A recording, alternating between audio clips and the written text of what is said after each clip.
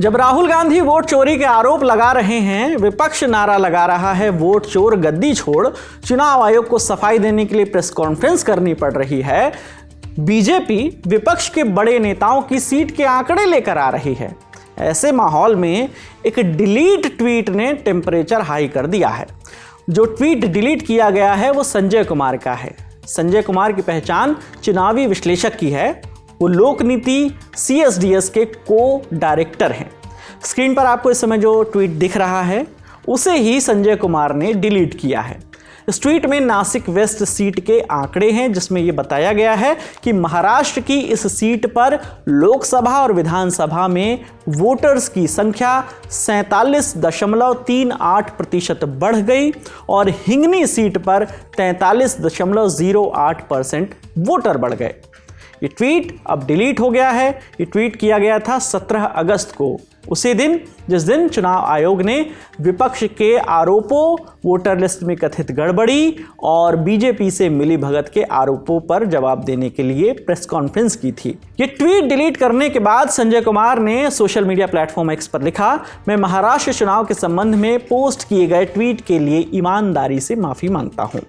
2024 के लोकसभा चुनाव और 2024 के विधानसभा चुनाव के आंकड़ों की तुलना करते समय गलती हुई। हमारी डेटा टीम की तरफ से गलत पढ़ा गया था। ट्वीट को बाद में हटा दिया गया है। मेरा किसी भी प्रकार की गलत सूचना फैलाने का कोई इरादा नहीं था, लेकिन तीर तो कमान से निकल चुका था और ट्वीट डिलीट होने पर बीजेपी को मौका मिल गया। बीजेपी ने संजय कुमार के साथ साथ राहुल गांधी को भी लपेट लिया, जो वोट चोरी के आरोप वाले विपक्ष के कैंपेन की एक तरीके से अगुवाई कर रहे थे। बीजेपी के IT सेल के हेड अमित मालवीय ने संजय कुमार के डिलीटेड ट्वीट और माफी के स्क्रीनशॉट्स अगल बगल लगाए और लिखा, वो संस्थान जिसके आंकड़ों पर भरोसा करके राहुल गांधी ने महाराष्ट्र के मतदाताओं को बदनाम किया, अब खुद मान चुका है कि उसके आंकड़े गलत थे। न सिर्फ महाराष्ट्र पर बल्कि SIR पर भी। तो अब राहुल गांधी और कांग्रेस की क्या स्थिति है, जिसने बेशर्मी से निर्वाचन आयोग को निशाना बनाया और यहां तक कि असली मतदाताओं को भी नकली कह दिया। शर्मनाक। राहुल गांधी को तुरंत बिहार में अपनी घुसपैठिया बचाओ यात्रा छोड़कर भारत की जनता से अपनी गैर जिम्मेदार और पीछे की ओर जाने वाली राजनीति के लिए बिना शर्त माफी मांगनी चाहिए।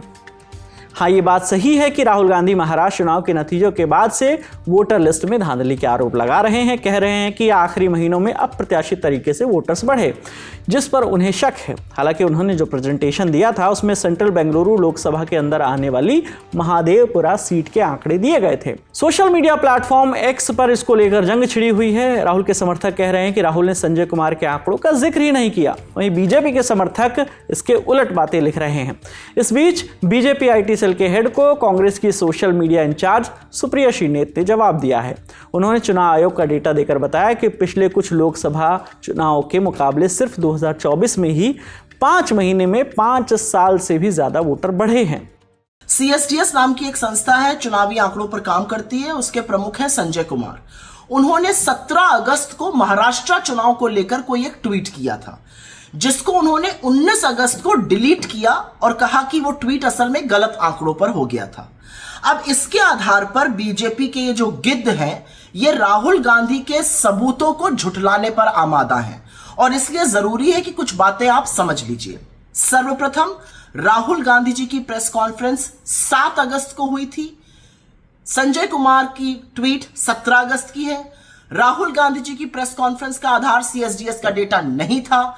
हमने महादेवपुरा की, कर्नाटका में जो महादेवपुरा की असेंबली है उस पर चर्चा करी थी, उसके सबूत दिए थे और सबूत दिखाकर कहा था कि कैसे 5 तरह से वोट चोरी हो रही है, लोगों के फर्जी नाम बनाकर, एक ही पते पर काफी सारे लोगों को लगाकर, फोटो के आधार पे, फॉर्म सोर्स के दुरुपयोग पे और फेक पतों के द्वारा।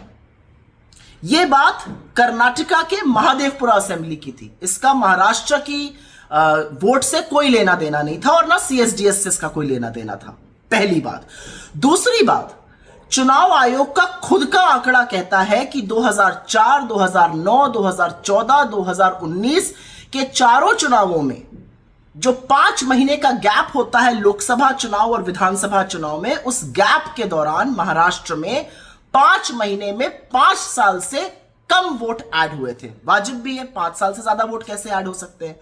लेकिन 2024 के चुनाव में ना सिर्फ 5 महीने में 5 साल से ज्यादा वोट ऐड हुए बनिस्बत यहां पर टोटल वोट महाराष्ट्र की अडल्ट पॉपुलेशन से ज्यादा थे।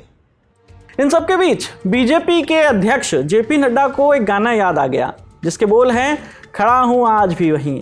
दरअसल जब डिलीट ट्वीट का जिक्र करके कांग्रेस को घेरा जा रहा था तो एक ऐसे ही ट्वीट को रीट्वीट करते हुए जेपी नड्डा ने लिखा, खड़ा हूं आज भी वहीं जहां मेरा झूठ पकड़ाया, सच सामने आया और मैंने अपना मजाक बनवाया, खड़ा हूं आज भी वहीं।